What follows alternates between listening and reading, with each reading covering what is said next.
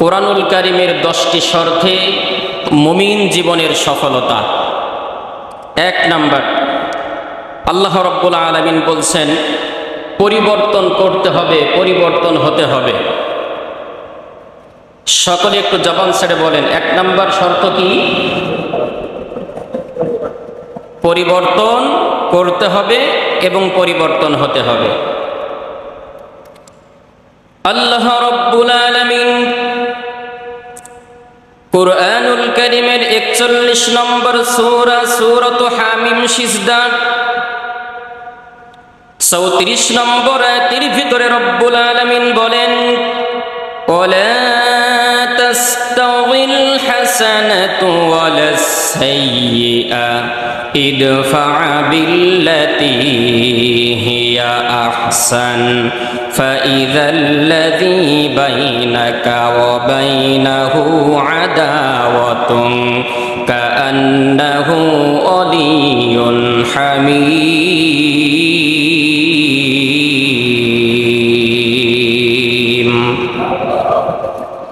রব্বুল আলামিন বলেন, পৃথিবীর মুমিনেরা, তোমরা যারা দুনিয়া এবং আখিরাতে সফলতা অর্জন করতে চাও, আমি আল্লাহ রব্বুল আলামিনের পক্ষ থেকে তোমাদের জন্য শর্ত হলো পরিবর্তন করতে হবে। কিভাবে পরিবর্তন করবে? রব্বুল আলামিন বলছেন, ওয়ালা তাস্তাবিল হাসানাতু ওয়ালাস সাইয়্যিআ, জাগতিক সমস্ত প্রকার মন্দ বিষয়গুলোকে আল্লাহ রাব্বুল আলামিন বলছেন ভালো দ্বারা, উত্তম দ্বারা পরিবর্তন করতে হবে। একটা মানুষ খারাপ ব্যবহার আপনার সাথে করতেই পারে, কিন্তু আপনি তার সাথে খারাপ ব্যবহার করবেন না, ভালো ব্যবহার করতে হবে। দুনিয়ার রীতিনীতি অনুযায়ী আমরা যেটা জানি, আমাদের সূত্র অনুযায়ী আমরা যেটা আমল করে থাকি, আমার সাথে কোনো মানুষ যদি খারাপ আচরণ করে, আমার সাথে কোনো মানুষ যদি খারাপ ব্যবহার করে, আমাদের রীতিনীতি হলো আমিও তার সাথে খারাপ ব্যবহার করব। প্রশ্ন করতে চাই, প্রিয় উপস্থিতি, বলেন তো দেখি, আমার সাথে আপনার সাথে যিনি খারাপ ব্যবহার করলেন, তার সাথে যদি আমিও খারাপ ব্যবহার করি, তাহলে কি সম্পর্ক ভালো হবে নাকি খারাপ? একটু জবাব ছেড়ে বলেন। সম্পর্ক আরো খারাপ হবে। তাহলে আমাদের ওই ব্যক্তির সাথে সম্পর্কটা যদি ভালো করতে হয়, এটা আল্লাহ তাআলা আমাদেরকে শিক্ষা দিচ্ছেন। কি শিক্ষা দিচ্ছেন? ইদফা বিল্লাতী হিয়া আহসান। মুমিনেরা, তোমাদের নৈতিক দায়িত্ব হলো ওই যেই ব্যক্তি তোমাকে কষ্ট দিয়েছে, খারাপ আচরণ করেছে, কথার দ্বারা, ব্যবহারের দ্বারা তোমাকে কষ্ট দিল, আল্লাহ রাব্বুল আলামিন বলছেন তুমি যদি মুমিন হয়ে থাকো এবং তুমি যদি দুনিয়া এবং আখিরাতে সফল হতে চাও, তাহলে তোমার 1 নাম্বার শর্ত হলো ইদফা বিল্লাতী হিয়া আহসান। ভালো ব্যবহার করতে হবে, ভালো ব্যবহারের মাধ্যমে তাকে পরিবর্তন করে দিতে হবে। আমরা প্রশ্ন করলাম, রব্বুল আলামিন, আমরা যদি ভালো ব্যবহার করি তাহলে আমাদের উপকারটা কি হবে? রব্বুল আলামিন কুরআনুল কারীমের সূরাতুল হামিম সিজদা 34 নম্বর আয়াতের মাঝের অংশে সুন্দর করে তিনি বর্ণনা করেছেন, ফাইযাল্লাযী বাইনাকা ওয়া বাইনাহু আদাওয়াতুন কাআন্নাহু ওয়ালিয়্যুন হামীম। তোমার সাথে যেই ব্যক্তি খারাপ আচরণ করল, তোমাকে যেই ব্যক্তি কষ্ট দিল কথার দ্বারা, ব্যবহারের দ্বারা, ওই ব্যক্তিকে যখন তুমি সালাম কালাম দিবে, তার শারীরিক অবস্থান সম্পর্কে যখন তুমি প্রশ্ন করবে, যখন তুমি জানতে চাইবে, আল্লাহ রব্বুল আলামিন বলছেন তোমার ওই শত্রুটাকে আমি রব্বুল আলামিন বন্ধু হিসাবে পরিগণিত করে দিব। সুবহানাল্লাহ। রব্বুল আলামিন বলছেন ওই শত্রুর সাথে তুমি যদি খারাপ আচরণ যিনি করেছেন, তার সাথে ভালো ব্যবহার করতে পারো। একজন ব্যক্তির সাথে আপনার কথা হয় না হতেই পারে, জমি জায়গা নিয়ে মতবিরোধ থাকতে পারে, অর্থনৈতিক মতবিরোধ থাকতে পারে, ব্যক্তিগত মতবিরোধ থাকতে পারে। আপনি ওই ব্যক্তিকে রাস্তার মাঝে দেখা হলো, আপনি তারে সালাম দিলেন, ভাই কেমন আছেন, আপনার শরীরটা কেমন আছে? ওই ব্যক্তি চিন্তা করবে, আরে এই না কিছুক্ষণ আগে তার এত পরিমাণে কষ্ট দিলাম, তার বিরোধিতা করলাম, তার আমি কত মিথ্যা তহমত দিলাম, তার বিরুদ্ধে কত মিথ্যা মিথ্যা অপবাদ দিলাম, আর রাস্তার মাঝখানে দেখার পরে আমার এসে সালাম দিয়ে আমার শারীরিক অবস্থান সম্পর্কে খোঁজ নেয়, আমার ভালো মন্দ জিজ্ঞাসা করে। যা, ছেড়ে দিলাম জীবনের মতো, আর জীবনে কোনোদিন এই পাপের কাজ করব না, ওর বিরোধিতা করব না, তাওবা করলাম, ভালো হয়ে গেলাম। এই যে ভালো হয়ে গেল, এই ঘোষণা কি আমার আপনার নাকি আল্লাহ? আল্লাহ। এরপরে আল্লাহ রাব্বুল আলামিন আয়াতের শেষ অংশে বলছেন, কাআন্নাহু ওয়ালিয়ুন হামীম। বান্দা শোনে নাও, তোমার ওই শত্রুকে তোমাকে বন্ধু রূপে রূপান্তরিত করতে আমি আল্লাহ রাব্বুল আলামিন অঙ্গীকার করলাম। সুবহানাল্লাহ। আল্লাহ তাআলা বলছেন, ওই ব্যক্তিকে তুমি ভালো মন্দ জিজ্ঞাসা করবে, উত্তম ব্যবহার দ্বারা তাকে যদি তুমি মুগ্ধ করতে পারো, আমি রব আমার পক্ষ থেকে ঘোষণা হলো, কাআন্নাহু ওয়ালিয়ুন হামীম, আমি আল্লাহ তাআলা ওই তোমার প্রকৃত শত্রুকে বন্ধুরূপে পরিগণিত করে দিব। সুবহানাল্লাহি ওয়া বিহামদিহি। তাহলে আমরা মুমিন জীবনে 10টি সফলতার 1 নাম্বার সফলতার যে শর্ত শুনলাম, সেটাকে আপনারা বলতে পারবেন? শর্তটা হলো এই, আমাদের সকলকেই খারাপটাকে উত্তম দ্বারা পরিবর্তন করতে হবে। মনে থাকবে? কথা বলেন সকলে, মনে থাকবে নাকি ভুলে যাবেন? 2 নাম্বার শর্ত, আল্লাহ রাব্বুল আলামিন বলছেন, ধ্যান ধারণা থেকে, মানুষের প্রতি কুধারণা থেকে, সন্দেহ থেকে তোমাদেরকে বেঁচে থাকতে হবে। এই রোগে আমরা মোটামুটি আমাদের সমাজে প্রায় মানুষ, অধিকাংশ মানুষ এই রোগে আমরা আক্রান্ত। সম্ভবত এই গ্রামের লোক আলহামদুলিল্লাহ সন্দেহ করে না, কারোর প্রতি কোনো সন্দেহ নাই, ভালো ধারণা পোষণ করেন, কোনো খারাপ ধারণা করে না। এরকম তো নাকি? রাস্তা দিয়ে হেঁটে যাচ্ছে একটা লোক, একটা ভালো পোশাক পরছে, একটা ভালো বাইক সে তার নিজের জন্য চয়েস করছে, চায়ের দোকানের মাথায় বসে বলে, কি করে তা কি জানি, কিছুই বুঝি না, কয় টাকা উপার্জন করে, কয় টাকা ইনকাম করে, জামার পোশাকের বাহারি ফ্যাশন দেখলেই মনে হয় টাকা পয়সা কোথায় পায়। এই যে একটা চিন্তা চেতনা, এই যে ধ্যান ধারণা, এই যে আমাদের মাইন্ড সেট আপ, আপনি যার পেছনে লেগে থাকবেন, যার ব্যাপারে এই ধ্যান ধারণা করবেন, আপনি বেটা সারা জীবন ওই নর্দমায় পড়েই থাকবেন, আপনি জিন্দেগিতে কোনোদিন উঠতে পারবেন না। কুরআনুল কারীমের 49 নম্বর সূরা, সূরাতুল হুজরাতের 12 নম্বর আয়াতের ভিতরে আল্লাহ রাব্বুল আলামিন সুন্দর করে তিনি বিশ্ব মানবতার জন্য বর্ণনা করলেন, ইয়া আইয়ুহাল্লাযীনা আমানু জিতানিবু কাসীরাম মিনায-যন্নি ইন্না বা'দায-যন্নি ইসমু ওয়া লা তাজাসসু ওয়া লা ইয়াগতাব বা'দুকুম বা'দা আইয়ুহিব্বু আহাদুকুম আন ইয়াকুলা লাহমা আখিহি মাইতান ফাকারিহতুমু ওয়াত্তাকুল্লাহা ইন্নাল্লাহা তাওয়াবুর রহিম। আল্লাহু আকবার।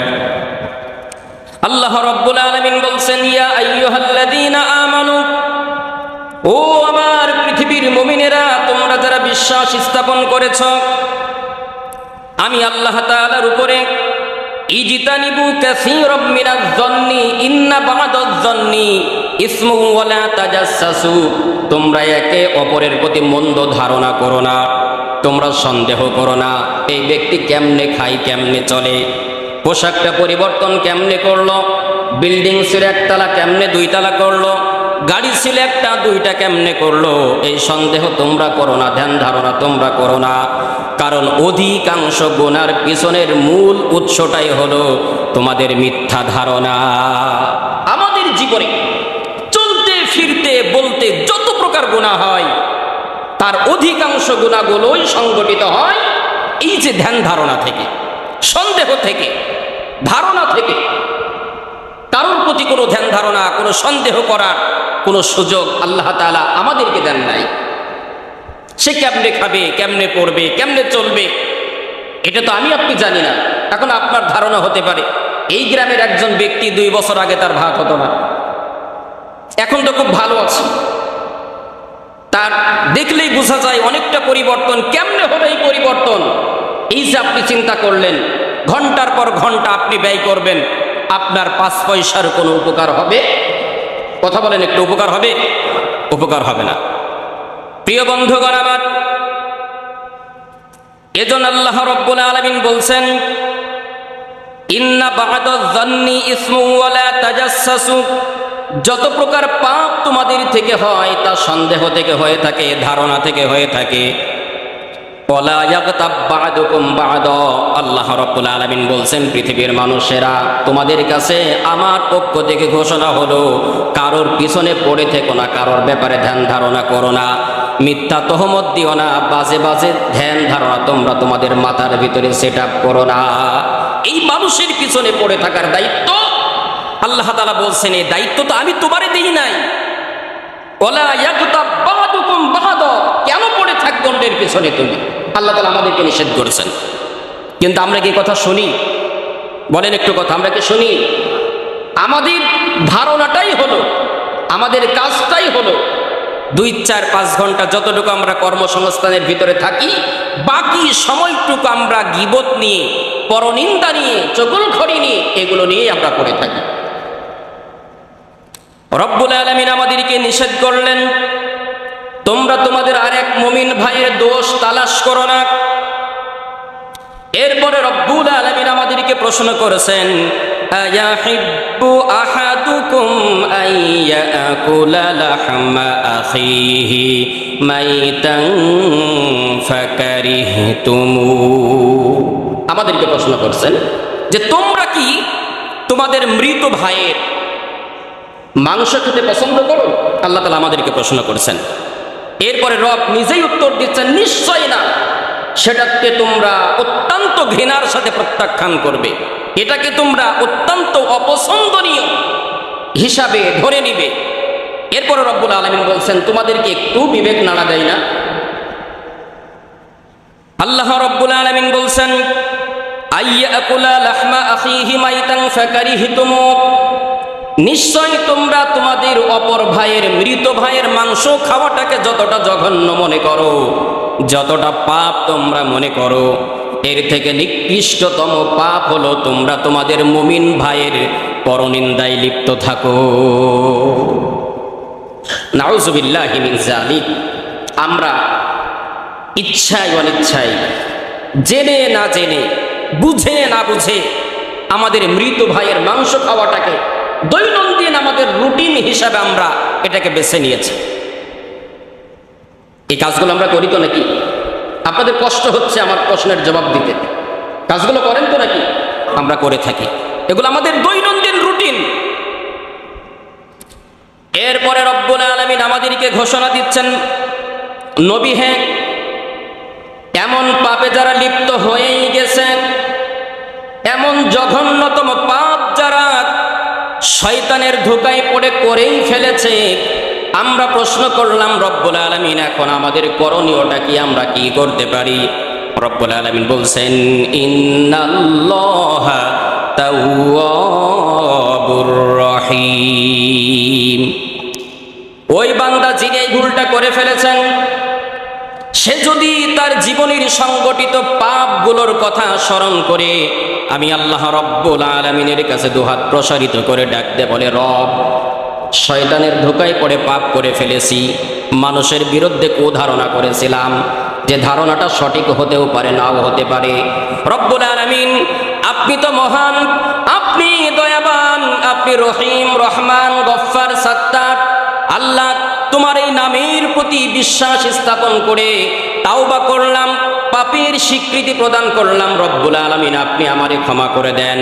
রব্বুল আলামিন বলছেন, বান্দা এমন পাপের স্বীকৃতি প্রদান করতে যতটুকু দেরি, আমি আল্লাহ রব্বুল আলামিন আমার ওই বান্দার পাপটাকে মোচন করতে দেরি করি না। বলি সুবহানাল্লাহ। আমাদেরকে যিনি ক্ষমা করবেন, একটু মোহাব্বতের সাথে জবান ছেড়ে সকলে মিলে বলি, তিনি কে? আর একটু মোহাব্বতের সাথে, তিনি কে?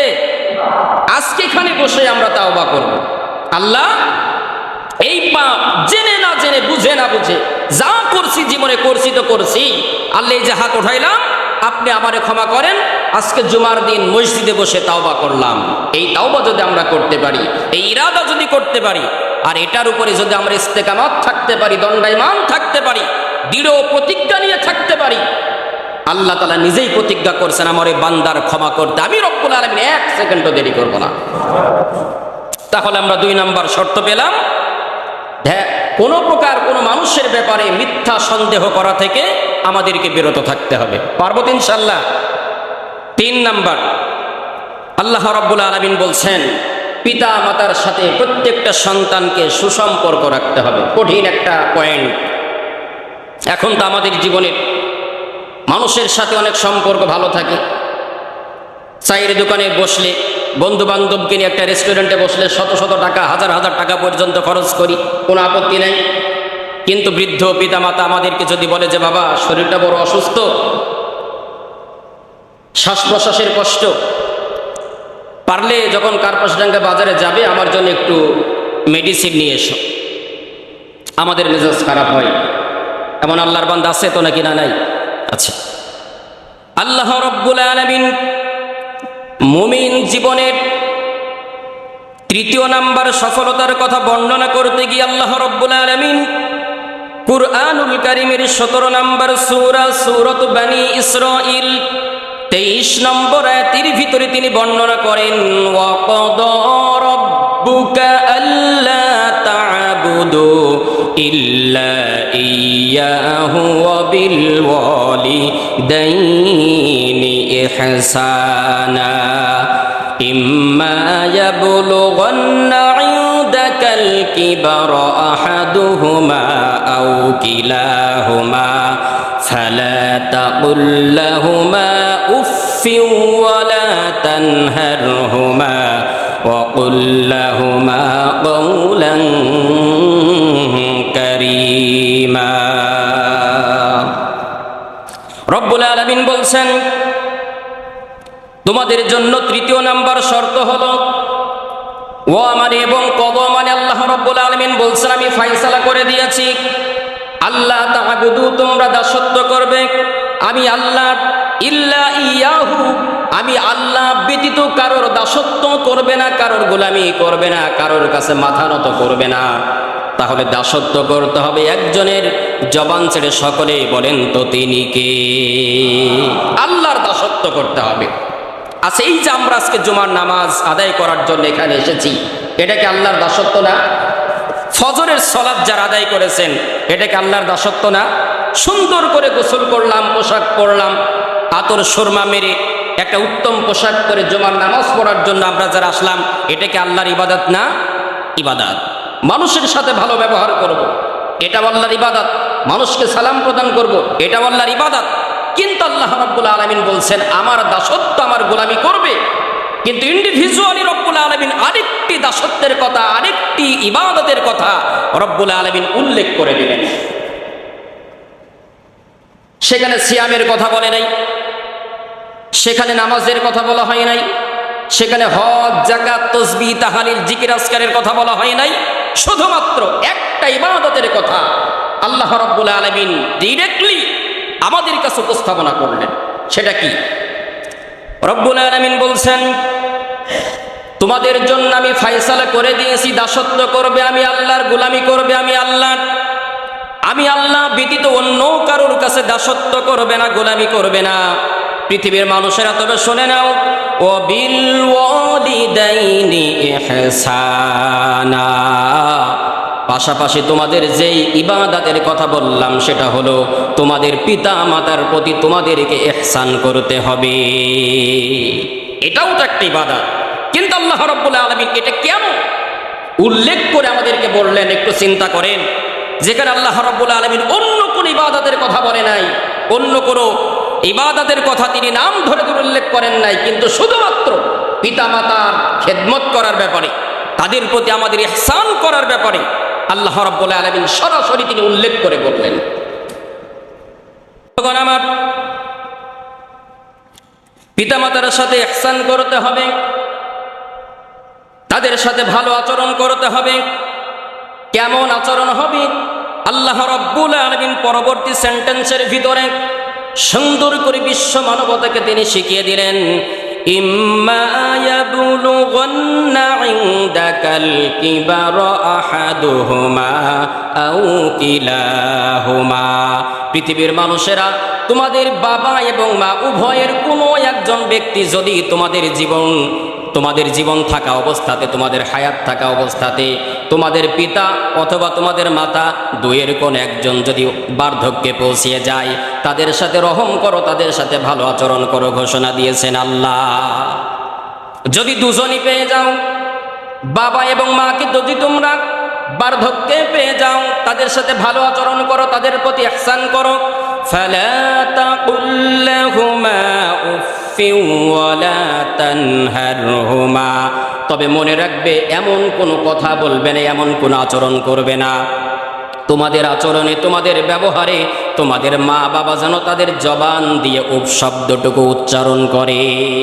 এমন কোনো কথা বলতে পারবে না, এমন কোনো ব্যবহার করতে পারবে না, এমন কোন আচরণ তোমরা কেউ করবে না। ফালা তাকুল লাহুমা উফফিন, উফ শব্দটুকু যেন তোমার জবান দিয়ে, তোমার ব্যবহারে তোমার পিতামাতা তাদের জবান দিয়ে যেন উফ শব্দটুকু উচ্চারণ না করে। ব্যথা পেয়ে, আমাদের আচরণে ব্যথা পেয়ে আমাদের পিতামাতা যদি এই শব্দটুকু উচ্চারণ করে, বিশ্বাস রাখতে পারেন প্রিয় উপস্থিতি, যত বড় আলেম হন না কেন, যাই হন না কেন, আপনি নিশ্চিত আল্লাহর জাহান্নামে যাওয়া লাগবে, কোনো সন্দেহ নাই। আমি এটাও বলবো, এর আগেও হয়তো আপনাদেরকে বলছি, আজকে যারা জুমার সালাত আদায় করার জন্য এখানে আপনারা এসেছেন, আলহামদুলিল্লাহ, খুব ভালো কাজ, ফরজে আইন, আল্লাহর বিধান। কিন্তু বাবা মারে বাসায় কষ্ট দিয়ে আপনি সিজদার মাধ্যমে জান্নাত খোঁজার জন্য এখানে এসেছেন, আল্লাহর কসম আপনি সিজদার মাধ্যমে জান্নাতে যাইতে পারবেন না। কষ্ট পাইলেন আমার কথায়? ভুল কিছু বললাম? তাহলে কি করতে হবে? ওই পিতামাতাকে সন্তুষ্ট করে তারপর আপনাকে সিজদার মাধ্যমে জান্নাত খুঁজতে হবে। জান্নাত আপনি বাসায় রেখে এসেছেন ভাই, আপনি বাসায় জান্নাত রেখে এসে আপনি ঝড়ে জঙ্গলে জান্নাত খুঁজবেন, পাওয়া কি সম্ভব? কথা বলেন, সম্ভব? সম্ভব নয়। তাহলে আমাদেরকে কি করতে হবে? আমরা যদি মনে করি রব্বুল আলামিন, তাহলে আমরা নীরব হয়ে থাকবো, আমাদের মুখে আমরা টেপ লাগিয়ে রাখবো, পিতামাতার সাথে কথা বলবো না, তাহলে তো বাবা মা আমাদের ব্যবহারে কষ্টও পাবে না। রব্বুল আলামিন ডাক দিয়ে বলতেছেন, না না না, এটা কোনো সিস্টেম নয়। তোমরা কি করবে? ইনদাকাল কিবারা আহাদুহুমা আও কিলাহুমা ফালা তাকুল লাহুমা উফফিন ওয়ালা তানহারহুমা ওয়া কুল লাহুমা কাওলান কারীমা। অবশ্যই তোমাদেরকে কথাও বলতে হবে, তাদের সাথে আচরণ ভালো করতে হবে, তারা যা চায় প্রত্যেকটা চাহিদা তাদেরকে পূরণ করতে হবে। কথাও বলবে, ব্যবহারও করবে, তবে তোমাদের কথা আর ব্যবহারের মাধ্যমে যারা পরিমাণ কোনো কষ্ট দেওয়া যাবে না। আপনি আমি যদি মনে করি যেহেতু আল্লাহ তাআলা বলছেন যে কথার দ্বারা কোনো রকম কষ্ট দেওয়া যাবে না, তাহলে আমরা কথা বন্ধ করে দিব। আল্লাহ তাআলা বলছেন না, সেটারও কোনো সুযোগ নাই, সেটার কোনো সিস্টেম নাই। কথাও বলবে, যা চাই তাই দিবে, তবে আচরণটা নমনীয়তার সাথে হতে হবে। সুবহানাল্লাহি ওয়া বিহামদিহি। তাহলে আমরা তৃতীয় নাম্বার সূত্র পেলাম, মুমিন জীবনের সফলতা 10টি শর্তের তৃতীয় নাম্বার শর্ত হলো পিতামাতার সাথে ভালো ব্যবহার করতে হবে, ভালো আচরণ করতে হবে। চতুর্থ নাম্বার আল্লাহ রাব্বুল আলামিন বলছেন সোজা কথা বলতে হবে। সোজা কথা বলার কথা আল্লাহ তাআলা কেন বললেন? তাহলে আমরা বেকা কথা কেমনে বলি? আমরা কিন্তু বেকা কথাও বলি। আছে না কিছু বেকা টাইপের লোক, আপনি একটা প্রশ্ন করবেন তারে, সে মোটামুটি ওই কথাটারে পেঁচিয়ে গুছিয়ে একেবারে তাল তোমরা পাট পাকিয়ে কেমনে বিশৃঙ্খলা তৈরি করা যায় এই চিন্তায় থাকে। এমন মানুষ তো আছে আল্লাহর জমিনে, নাকি নেই? আছে। আল্লাহ রাব্বুল আলামিন সোজা কথা বলার নির্দেশ আমাদেরকে দিলেন। কুরআনুল কারীমের 33 নম্বর সূরা সূরাতুল আহজাব 70 নম্বর আয়াতের ভিতরে আল্লাহ রাব্বুল আলামিন বলছেন, ইয়া আইয়ুহাল্লাযীনা আমানুত্তাকুল্লাহা ওয়া কুলু কাওলান সাদীদা। ওহে আমার বিশ্বাসী বান্দারা, তোমরা যারা ঈমান এনেছো আমি আল্লাহ তাআলার উপরে, ইত্তাকুল্লাহ, তোমরা ভয় করবে আমি আল্লাহকে, ওয়াকুলু, এবং যখন তোমরা কথা বলবে, কওলান সাদীদা, একেবারে স্পষ্ট কথা বলবে, সোজা সাপটা কথা বলবে, হ্যার জায়গায় হ্যাঁ, নার জায়গায় না, কোনো প্রকার পেঁচানোর কোনো দরকার নাই। তাফসীর ইবনে কাসিরের বর্ণনায় এই সোজা কথার ব্যাখ্যা দিতে গিয়ে বলছেন, কোন একজন ব্যক্তি যখন তীর ধনুক দিয়ে একটা পাখি শিকার করার জন্য প্রস্তুতি গ্রহণ করে, ওই ব্যক্তি যদি ডান দিকের পাখি আর বাম দিকে তাকিয়ে যদি তীরটাকে নিক্ষেপ করে, তাহলে কিন্তু পাখিটা মরবে না। অর্থাৎ পাখিটাকে যদি শিকার করতে হয়, তাহলে ওই পাখির দিকে তাকিয়েই একেবারে তাকটা ঠিকঠাক মতো 100% সঠিক করতে হবে। মুমিন বান্দারা যখন তোমরা কথা বলবে, তোমাদের কথাটাও যেন 100% ওই তীর ধনুকের মতো সোজা হয়। রব্বুল আলামিন কুরআনুল কারীমের 33 নম্বর সূরা সূরাতুল আহজাব 69 নম্বর আয়াতের ভিতরে আমাদেরকে বুঝাইতে গিয়ে আরেকটু বলছেন, ইয়া আইয়ুহাল্লাযীনা আমানু লা তাকুনু কাল্লাযীনা আযাউ মূসা ফাবাররাআহুল্লাহু মিম্মা ক্বালু ওয়া কানা ইনদাল্লাহি ওয়াজিহা। ওহে আমার বিশ্বাসী বান্দারা, ওহে আমার মুমিন বান্দারা, আল্লাহ রাব্বুল আলামিন মুমিনদেরকে ডাকলেন, ইমানদারদেরকে ডাকলেন, এবং তিনি ডেকে আমাদেরকে মূসা নবীর জীবনী শোনাচ্ছেন। কেমনে শোনাচ্ছেন?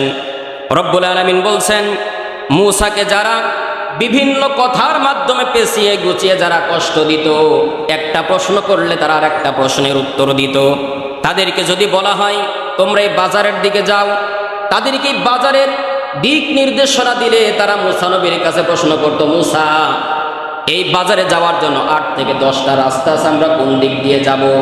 মূসা আলাইহিস সালাম যখন তার সম্প্রদায়ের মানুষদেরকে বলতেন তোমরা এই ডান দিকের রাস্তা দিয়ে যাও, ওই সম্প্রদায়ের মানুষগুলো আবার প্রশ্ন করতো, আল্লাহর পয়গম্বর মূসা ডান দিকের রাস্তা দিয়ে না দিয়ে আমরা যদি বাম দিকের রাস্তা দিয়ে যাই তাহলে কি কোনো সমস্যা আছে?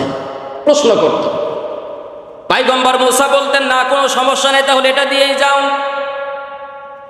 ওই সম্প্রদায়ের মানুষ আরেকজন প্রশ্ন করত, পয়গম্বর মূসা ডান এবং বাম দিয়ে কোনো দিক দিয়ে যদি না যে আমরা যদি সোজা সাপটা রাস্তা দিয়ে যদি যাই তাহলে কি কোনো সমস্যা আছে?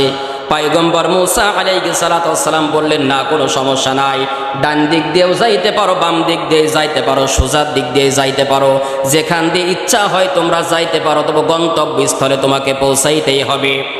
এই যে কথার পেঁচানোর কারণে আল্লাহ রাব্বুল আলামিন বলছেন, ওই সম্প্রদায়ের মানুষগুলো অতিরিক্ত কথা বলার কারণে, পেছানো কথা বলার কারণে, অতিরিক্ত প্রশ্ন করার কারণে আমি আল্লাহ রাব্বুল আলামিন ওই সম্প্রদায়ের মানুষগুলোকে বড় অপছন্দ করতাম, আর ওই সম্প্রদায়ের মানুষগুলোকে আমি আল্লাহ রাব্বুল আলামিন টোটালি ধ্বংস করে দিলাম। নাউজুবিল্লাহ। কত বড় কথা! সোজা সাপটা কথা বলতে হবে। আমাদের সমাজের এমন কিছু মানুষ, আল্লাহর বান্দা আছে, সোজা কথা বলতেই জানে না, যত প্রকার বাঁকা কথা সব ওদের কাছে পাবেন। ওদের মাথার ভিতরে সোজা সাপটা জিনিসটাই কেন জানি মনে হয় নাই। একেবারে পিচ্ছি টাইপের একটা ছেলে। আমারই কথাটা আমি একটু অনুরোধ করি, কেউ মাইন্ডে নেবেন না। আমাদের পার্শ্ববর্তী জেলা ঝিনাইদহ, সারা জীবন দালালি করে একটা দলের ছায়াতলে এসে মনে সর্বোচ্চ 22-25, সর্বোচ্চ যদি বয়স হয় 30, আসার পরে বাংলাদেশে প্রখ্যাত রাজনীতিবিদদের বিরুদ্ধে এমন কোনো বিষোদ্গার নাই যে এই বদমাইশটা করে নাই। একজন ব্যারিস্টারের সামনে দাঁড়িয়ে কয়েকদিন আগে দেখলাম টকশোতে বসে একজন ব্যারিস্টারকে মানে এত খারাপ ভাবে তার সাথে ব্যবহার করলো, এত বাজে কথা বললো। তা আমি যখন ওই টকশোটা দেখছিলাম আর আমি চিন্তা করছিলাম যে এর কপালে মায়ের ফরজ হয়ে গেছে। মায়ের ফরজ হয়ে গেছে, কারা মারবে? ওর স্বজাতি ভাই ওকে কুত্তার মতো পিটিয়ে জখম করবে। আমরা আলহামদুলিল্লাহ বলবো না, ইন্নালিল্লাহ বলবো না। এই রাশেদকে আমরা গত 2 দিন থেকে দেখতেছি, গতকালকে নিউজ, ওর দলের মানুষ ওরে এমন পিটানি পিটাইছে, পিটাই কুত্তার মতো ওরে ধান খেতের ভিতরে কাদার ভিতরে মাইরে জন্মের শিক্ষা দিয়ে দিয়েছে। তা আমি দেখলাম আর ভাবলাম, বেটা জানতাম এই জন্মের কেলানি খাবি, কিন্তু এত সহজে যে খাবি এটা তো ভাবতে পারি না। বেকা কথা বললে মায়ের খাবেন, সোজা কথা বলবেন আল্লাহ তাআলা ইজ্জত দান করবেন, এ ঘোষণা কার? তাহলে এই বদমাইশটা থেকে আমাদের শিক্ষা নেওয়া দরকার আছে না?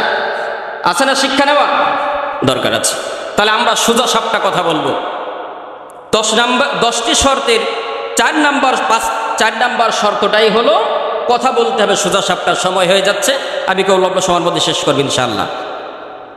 এরপরে 5ম নাম্বার শর্ত হলো ভালো ভালো মানুষের সাথে সম্পর্ক রাখতে হবে। আমাদের সম্পর্ক ভালো মানুষের সাথে নাকি খারাপ মানুষের সাথে? কথা বলেন। যত সব 2 নাম্বার চিটার বাটপর খারাপ, তাদের সাথে আমাদের সম্পর্ক। আল্লাহ রাব্বুল আলামিন কুরআনুল কারীমের 2 নাম্বার সূরা সূরাতুল বাকারা 83 নম্বর আয়াতের ভিতরে রব্বুল আলামিন বলছেন, وَإِذْ أَخَذْنَا مِيثَاقَ بَنِي إِسْرَائِيلَ لَا تَعْبُدُونَ إِلَّا اللَّهَ وَبِالْوَالِدَيْنِ إِحْسَانًا। রব্বুল আলামিন বলছেন, যখন আমি বনি ইসরাইল সম্প্রদায়ের মানুষদের কাছে অঙ্গীকার নিয়েছিলাম, আল্লাহ রাব্বুল আলামিন আবার মূসা নবীর জামানায় ফিরে গেলেন। আমি যখন ওই বনি ইসরাইল সম্প্রদায়ের মানুষদের কাছ থেকে অঙ্গীকার নিয়েছিলাম এবং তাদেরকে বললাম, ওয়াবিল ওয়ালিদাইনি ইহসানা, তোমরা তোমাদের পিতামাতার প্রতি ভালো আচরণ করবে, ওয়াদিল কুরবা, এবং নিকট আত্মীয় স্বজনদের সাথে ভালো আচরণ করবে, তাদের হক আদায় করবে, ওয়াল ইয়াতামা, এবং এতিমদের হক আদায় করবে, ওয়াল মিসকিন, এবং মিসকিনদের সাধ্য অনুযায়ী সাহায্য সহযোগিতা করবে, ওয়াকুলু লিন্নাসি হুসনা, এবং যখন তোমরা কথা বলবে সোজা সাপটা ভালো কথা বলবে, হুসনা, উত্তম কথা দ্বারা মানুষের সাথে ব্যবহার করবে। উত্তম কথা বলতে হবে। এই ঘোষণাটা কে দিয়েছেন? আরেকটু জবান ছেড়ে বলেন, কে দিয়েছেন? ওয়াকুলু লিন্নাসি হুসনা, সোজা সাপটা ভালো কথা বলবে, মাধুর্য দিয়ে কথা বলবে, তাহলে কেলানি খাওয়া লাগবে না। আর যদি উল্টা পাল্টা বলো, একেবারে যদি মনে করো যে গিয়ারে আসি একে সিস্টেম করব, তাহলে সিস্টেম করার আগে বেটা তুমি নিজেই সিস্টেমে পড়ে যাবা। এটা আল্লাহ তাআলার ঘোষণা, ওয়াকুলু লিন্নাসি হুসনা, প্রত্যেকটা মানুষের সাথে ইহসান করবে, উত্তম স্বভাব চরিত্র দিয়ে কথা বলবে। এরপর আল্লাহ তাআলা বলছেন, ওয়া আকিমুস সালাতা ওয়া আতাউজ যাকাত, এবং তোমরা সালাত কায়েম করবে, সালাত আদায় করবে, ওয়া আতাউজ যাকাত, এবং যাকাত আদায় করবে। এরপরে রব্বুল আলামিন বলছেন, সুম্মা তাওয়াল্লাইতুম ইল্লা কলিলাম মিনকুম ওয়া আনতুম মুরিদুন, আর যারা এই কাজগুলো করবে না, নিজেদেরকে বড় মনে করবে যে আমি অনেক বড় হয়ে গেছি, আল্লাহ রব্বুল আলামিন বলছেন তারা যেন আল্লাহর সাথে বিরুদ্ধাচরণ করলো, আল্লাহর বিধান থেকে তারা মুখ ফিরিয়ে নিল। আর যারা মুখ ফিরিয়ে নিবে, আল্লাহ রব্বুল আলামিন বলছেন ওদের দুনিয়াতেও বেইজ্জতি করব, ওদেরকে আখিরাতেও বেইজ্জতি করব। ঘোষণা কার? আল্লাহর ঘোষণা। এরপর আসেন প্রিয় ভাইরা আমার, আমরা 5টি পয়েন্ট শুনলাম। এরপর আমাদের 6 নাম্বার পয়েন্ট হলো সৎ কাজে একে অপরকে সহযোগিতা করতে হবে। কোন কাজে করবেন? একটু জবান ছেড়ে বলেন। সৎ কাজে একে অপরকে সহযোগিতা করতে হবে। আমরা মোটামুটি সৎ কাজে সহযোগিতা করি আর না করি, খারাপ কাজ যে করবে তার সাথে আমাদের সম্পর্ক ভালো আছে না? আল্লাহ রাব্বুল আলামিন বলছেন কুরআনুল কারীমের 5 নম্বর সূরা সূরাতুল মাঈদা 2 নম্বর আয়াতের শেষ অংশে রব্বুল আলামিন বলছেন, ওয়া তাআওয়ানু আলাল বিররি ওয়াত তাকওয়া ওয়া লা তাআওয়ানু আলাল ইসমি ওয়াল উদওয়ান ওয়াত্তাকুল্লাহা ইন্নাল্লাহা শাদীদুল ইকাব। রব্বুল আলামিন আমাদেরকে নির্দেশনা দিলেন সৎ কর্ম ও তাকওয়ায় যারা বিশ্বাসী, যারা এই কাজের সাথে সম্পৃক্ত থাকে, ভালো কাজ করে, ভালো মানুষের সাথে যারা সম্পর্ক রাখে, রব্বুল আলামিন বলছেন তোমরা একে অপরের সাথে প্রতিযোগিতা করো। ওই ব্যক্তি আজকে 2 রাকাত নফল নামাজ পড়ছে, আল্লাহ আমি আপনার সাথে ওয়াদা করলাম আমি পড়ব 4 রাকাত। ওই ব্যক্তি পড়ছে 4 রাকাত, আমি আজকে পড়ব 8 রাকাত।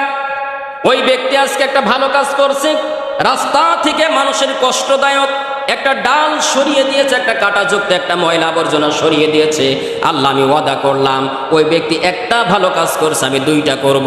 রব্বুল আলামিন বলছেন এমন ভালো কাজের প্রতিযোগিতা যদি তোমরা করতে পারো, আল্লাহ রব্বুল আলামিন বলছেন এমন ভালো কাজের প্রতিযোগিতা যদি তোমরা করতে পারো, তাহলে আমি রব্বুল আলামিন তোমাদেরকে মুমিন হিসেবে নিজের আপন করে নিব। সুবহানাল্লাহ।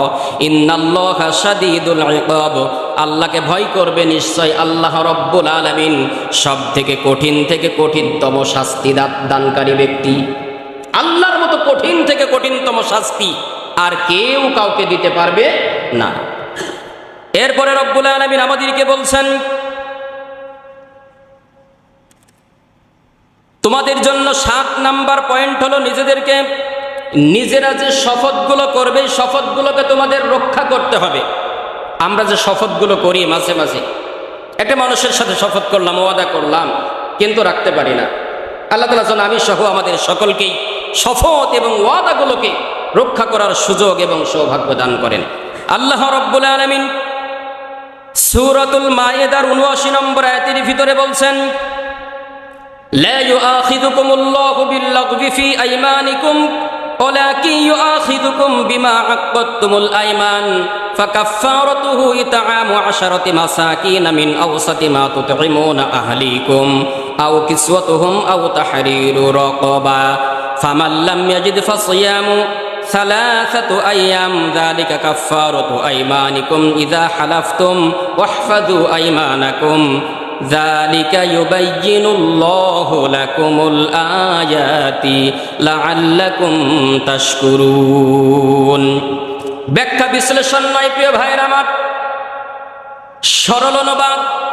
রব্বুল আলামিন বলছেন যখন তোমরা ওয়াদা করবে, লা ইউআখিযুকুমুল্লাহু বিল্লাগবি ফি আইমানিকুম ওয়ালাকিন ইউআখিযুকুম বিমা আক্কাদতুমুল আইমান, যখন তোমরা নরমালি কোনো কথা দাও, হয়তো আল্লাহ রব্বুল আলামিন চাইলে সেটাকে মাফ করে দিতে পারেন, কিন্তু তোমরা যদি দৃঢ়তার সাথে কোনো ওয়াদা করো, প্রতিশ্রুতি দাও, অবশ্যই সেই প্রতিশ্রুতিটা তোমাদেরকে রক্ষা করতে হবে।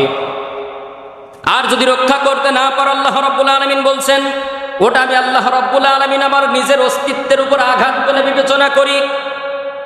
ওয়াদা রক্ষা করার পরে যদি তা বাস্তবায়ন করতে নাই পারো, তাহলে তোমাদের জন্য কয়েকটি শর্ত। প্রথম শর্ত হলো তোমরা যা খাবে এমন খাবার কয়েকজন অনাশ্রম ব্যক্তিকে খাওয়াই দিবে। সেটাও যদি না পারো, তোমরা যে উত্তম পোশাকগুলো পরো এমন পোশাক তাদেরকে দান করে দিবে। আর সেটা যদি না পারো, তাহলে অবশ্যই তোমাদেরকে একটা ওয়াদার ক্ষেত্রে, একটা মিস্টেক হওয়ার ক্ষেত্রে তোমাদেরকে 3টা সিয়াম পালন করে দিতে হবে। চিন্তা করলাম আল্লাহ আমার তো টাকা পয়সার অভাব নাই, ওয়াদা একটা করছিলাম রাখতে পারি নাই, কষ্ট করে রোজা রাখার দরকার কি, 10 জনের পোশাক দান করে দিলাম, 50 জনের খাবার দান করে দিলাম। আল্লাহ বলছে না, যদি তোমার সামর্থ্য থাক আর না থাক, সর্বপ্রথম শর্ত হলো তোমাকে 3টা রোজা করে দিতে হবে। সেটাতে যদি তুমি অক্ষম হও, তখন তুমি পোশাক দিবে এবং তাদেরকে খাবার দান করবে। আল্লাহ রাব্বুল আলামিন বলছেন যদি এটা না পারো, তাহলে আমি রব কিন্তু তোমাদেরকে পাকড়াও করব। আল্লাহ তাআলা যেন আমাদের সকলকে হেফাজত করেন, ওয়াদা রক্ষা করার মতো সুযোগ এবং সৌভাগ্য দান করেন। গল্প আকারে শেষ করি, 7টি হয়েছে, 3টা পয়েন্ট, খুব সাব্যের দিকে বেশি আগাবো না প্রিয় ভাইরা আমার। 8 নম্বর পয়েন্ট হলো ওজনে ঠিকঠাক দিতে হবে। কি দিতে হবে? ওজনে ঠিকঠাক দিতে হবে। ব্যবসায়ী ভাইদের এখন তো আলহামদুলিল্লাহ আমাদের যারা ব্যবসায়ী ভাই আছে তারা মোটামুটি একটা দাড়িতেই, ডিজিটাল দাড়ি, এখানে মাপজোপ সব যা নেয় তাই দেয়। কিন্তু এমন একটা সময় ছিল আজ থেকে 5, 10, 15 বছর আগে, নেওয়ার সময় এক ধরনের বাটখরা আর দেওয়ার সময় আরেক ধরনের। যখন নিবে তখন 1 কেজি সই নিবে, আর দেওয়ার সময় 850, 900 গ্রাম দিবে। দোকানদারদের কাছে এরকম 2 ধরনের বাটখরা পাওয়া যায়। আপনাদের গ্রামে কি ছিল? আল্লাহ তাআলা বলছেন এইরকম ব্যক্তি যারা থাকবে তাদেরকে দুনিয়াতে রব্বুল আলামিন 3টা জিনিস দান করবেন। সে 3টা জিনিস কি? 1 নম্বর, রব্বুল আলামিন বলছেন সে কখনো সুখে থাকতে পারবে না। ঘোষণাকার 1 নম্বর কি? সুখে থাকতে পারবে না, তার জীবনে দুঃখে ভরপুর হয়ে যাবে। 2 নম্বর, আল্লাহ রাব্বুল আলামিন বলছেন তার ব্যবসার বরকত নষ্ট করে দিব। ওই ব্যবসায়ীর জন্য আমি আল্লাহ রাব্বুল আলামিন লানত করলাম, সে অচিরেই ধ্বংস হয়ে যাবে। 3 নম্বর, আল্লাহ রাব্বুল আলামিন বলছেন তার ওই ব্যবসার উপার্জনের অর্থগুলো তার ভবিষ্যৎ প্রজন্ম ভোগ করতে পারবে না। কি দরকার আমার এই অর্থ? আল্লাহ রাব্বুল আলামিন কুরআনুল কারীমের 17 নম্বর সূরা 15 নম্বর পারা সূরাত বানী ইসরাঈলের 35 নম্বর আয়াতের ভিতরে বলছেন, ওয়াউফুল কাইলা ইযা কিলতুম ওয়াজিনু বিল কিসতাসিল মুস্তাকিম যালিকা খায়রু ওয়া আহসানু তা'ওয়িলা। যখন তোমরা মাপ দিবে, ওজনটা দিবে, তখন সঠিকভাবে দিবে। যখন তোমরা নিবে, অবশ্যই দেওয়া এবং নেওয়া এই দুইয়ের মাঝখানে যেন সমতা থাকে। আল্লাহ রাব্বুল আলামিন বলছেন, আর ইহাই হলো উত্তম এবং এটা হলো উৎকৃষ্ট একটি ব্যবসা, আর এটা যদি না করো আমি আল্লাহ রাব্বুল আলামিন তোমাদের জন্য ধ্বংস কামনা করলাম। প্রিয় ভাইয়ের আমার, আমরা দীর্ঘ আলোচনা করব না, আমাদের আর একটি পয়েন্ট সামনের দিকে আছে, আমরা শেষ করি ইনশাল্লাহ। তবে একটি গল্প বলে শেষ করি। একজন ব্যবসায়ী আর একজন পনির ব্যবসায়ী আর একজন আপনার ওই যে দুধ কিছু সময় রাখার পরে ওটা ওই যে কি যেন বলা হয় ওটাকে, না স্বর্ণা ছানায় পরিণত হয়। তো যেই ব্যক্তি পনির বিক্রেতা, তার তো ছানার দরকার। এই ছানা বিক্রেতা ব্যক্তি একজন দোকানদারের কাছে গেছে, ভাই আপনি তো পনির বিক্রি করেন আর আমি তো ছানা বিক্রি করি, তা আমরা দুয়ে মিলে যদি ব্যবসা ভালো করি তাহলে কেমন হয়? আলহামদুলিল্লাহ, খুব ভালো হয়। ছানা বিক্রেতা ব্যক্তি, তার কোনো বাটখারা নাই, বাড়ির পাশ থেকে 1 কেজির একটা নিয়ে এসে সুন্দর করে মাপজোপ দিয়ে ওই দোকানদারের কাছে, ভাই এই নেন 1 কেজি, আমি আপনার কাছে দেখলাম আপনি বুঝে নেন। ওই লোক সুন্দর করে দাড়িতে ওজন করে দেখলো ঠিক 1 কেজি আছে, ওরটা রাখছে। পক্ষান্তরে ওই ব্যবসায়ী যখন এই ছানা বিক্রেতাকে 1 কেজি চিনি দিবে, তখন চিনিটার 1 কেজি দেয় নাই, না দিয়ে ওইখানে 850 গ্রাম দিয়েছে। এই বেচারা গরিব মানুষ 1 কেজি ওজনের একটা বাটখারা কিনবে, ওর এই সামর্থ্য নাই। ও মোটামুটি ওই চিনিটা নিয়ে বাসায় রাখছে। রাখার পরে প্রত্যেকটা দিন ওই চিনি দাড়ির ওপর পাল্লায় রাখে, আর ওপর পাল্লায় আপনার ছানা দিয়ে ওই 1 কেজি মনে করে ওই দোকানদারকে দিয়ে আসে।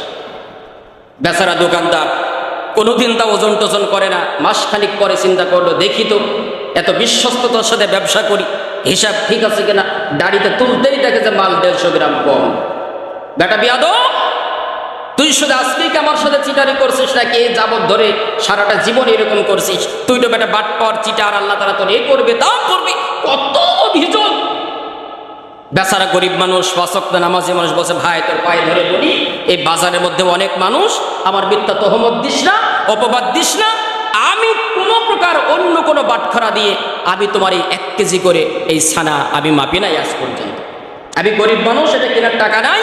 তোমার কাছ থেকে প্রথম দিন যে চিনিটা নিয়ে গিয়েছিলাম, ওইটা 1 কেজির বাটখারা হিসেবে বাসায় রাখছি, ওইটা দাড়ির 1 পাল্লায় দিই, আর 1 পাল্লায় ছানা দিয়ে প্রত্যেক দিন আমি তোমার কাছে দিই। এই যে ধরাটা খাওয়াইলো, কে খাওয়াইছে? কথা বলেন না কেন? আল্লাহ যে উত্তম বিচারক, কোনো সন্দেহ আছে? এরকম যারা করবেন এরকম ভাবেই ঠকবেন। এরপরে প্রিয় ভাইয়ের আমার 10 নাম্বার শেষ পয়েন্ট আসুন। আল্লাহ রাব্বুল আলামিন বলছেন, মুমিন জীবনের সফলতার 10টি শর্তের 10 নাম্বার শর্ত হলো সত্যবাদীদের সাথে থাকতে হবে। একটু কষ্ট হচ্ছে আপনাদের আজকে মনে হয়। 10 নম্বর শর্তটি হলো, আল্লাহ রাব্বুল আলামিন বলছেন সত্যবাদীদের সাথে থাকা। কুরআনুল কারীমের 9 নম্বর সূরা সূরাতুত তাওবা 119 নম্বর আয়াতের ভিতরে আল্লাহ রাব্বুল আলামিন বলছেন, ইয়া আইয়ুহাল্লাযীনা আমানুত্তাকুল্লাহা ওয়া কুনু মা'আস সাদিকিন। ওহে আমার বিশ্বাসী বান্দারা, তোমরা যারা ঈমান এনেছো আমি আল্লাহ রাব্বুল আলামিনের উপরে, অবশ্যই তোমরা আল্লাহকে ভয় করবে, আর সত্যবাদী ঈমানদার মুমিন ব্যক্তিদের অন্তর্ভুক্ত হয়ে যাও। ঘোষণা কাদের অন্তর্ভুক্ত হবেন? 2 নম্বর ব্যক্তি, পুরো চিটার ব্যক্তির অন্তর্ভুক্ত হবেন। নবী করিম সাল্লাল্লাহু আলাইহি সাল্লাম বলছেন, মান তাশাব্বাহা বিকওমিন ফাহুয়া মিনহুম। তোমার যার সাথে সম্পর্ক ভালো, যার সাথে দুনিয়ার বুকে তোমার সম্পর্ক ভালো, সব সময় চলাফেরা করো, গল্প করো, বন্ধু যার সাথে তুমি করেছো বন্ধুত্ব, রব্বুল আলামিন বিশ্ব নবীর মাধ্যমে বলিয়ে দিচ্ছেন, হে নবী আপনি বলেন, মান তাশাব্বাহা বিকওমিন ফাহুয়া মিনহুম।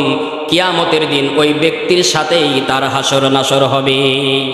বন্ধু যদি হয় 2 নাম্বার, বন্ধু যদি হয় বেনামাজি, বন্ধু যদি হয় খারাপ চরিত্রের অধিকারী, বন্ধু যদি হয় স্মাগলার, বন্ধু যদি হয় নেশাখোর, বিশ্বাস রাখেন বিশ্বনবীর হাদিস যদি মিথ্যা না হয়, কিয়ামতের দিন হাসর নাসর হবে এইরকম 2 নাম্বার ছেঁচড়া ব্যক্তির সাথে। এখন আপনারা কি ছেঁচড়া ব্যক্তির সাথে হাসর নাসর করতে চান নাকি মুমিন ব্যক্তিদের সাথে চান? সকলে বলে। আল্লাহ তাআলা আমাদের সকলকেই মুমিন ব্যক্তিদের সাথে হাসর নাসর হওয়ার সুযোগ এবং সৌভাগ্য দান করুন। প্রিয় ভাইয়ের আমার, কুরআনুল কারীমের পরিভাষায় মুমিন জীবনের সফলতার 10টি শর্ত, হেডিংগুলো বলে শেষ করে। 1 নাম্বার, পরিবর্তন করতে হবে উত্তম দ্বারা। 2 নাম্বার, মিথ্যা সন্দেহ থেকে বেঁচে থাকতে হবে। 3 নাম্বার, পিতামাতার সাথে ভালো আচরণ করতে হবে। 4 নাম্বার, সোজা কথা বলতে হবে, কোনো পেঁচানো কথা বলা যাবে না। 5 নাম্বার, মানুষের সাথে ভালো আচরণ করতে হবে। এরপরে 6 নাম্বার, সৎ কাজে একে অপরকে সহযোগিতা করতে হবে। 7 নাম্বার হলো নিজেদের শপথকে রক্ষা করতে হবে।